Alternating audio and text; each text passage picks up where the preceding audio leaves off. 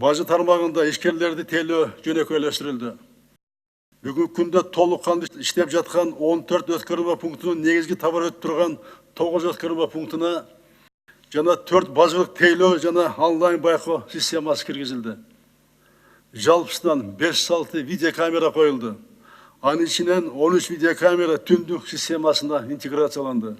Азыр ар бир жаран интернет аркылуу ошол өткөрмө пункттарына бажы тармагы ишкерлерди кандай кызмат көрсөткөн боюнча ар бир жаран көрсө болот, байкоо жүргүзсө болот.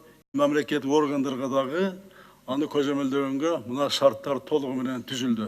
6 өткөрүү пункттарында автоматташтырылган инспекциялык текшерип кароо комплекси ишке киргизилди.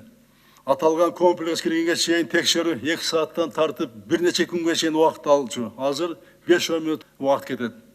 Бажыга товарларды киргизүүдө бажы органдарынын алдын ала маалымдоо системасы киргизилди. Буга чейин бир унаанын бажылык төлөө процесси 3-5 саатка чейин жетсе, бүгүн 10-15 мүнөттө түзүп жатат азыр. Бажы төлөмдөрүнүн онлайн тастыктоо системасы киргизилди. Натыйжада төлөмдү тастыктоо заралдыгы жокко чыгарылды. Буга чейин банк менен бажынын ортосунда ишкер 1-2 күн кетирүүчү болсо, эми азыр андай заралдыгы жок. Стабилдештирүү режимин колдонуу тууралуу инвестор менен биринчи келишимге кол коюлду. Ага ылайык салык мыйзамдары өзгөргөн убакта инвесторго ыңгайлуу болгон шарттар 10 жылга чейин сакталат. Ишкердик субъекттеринин укуктарын жана мыйзамдуу кызыкчылыктарын коргоо багытында бизнес аккайчы институту киргизилди.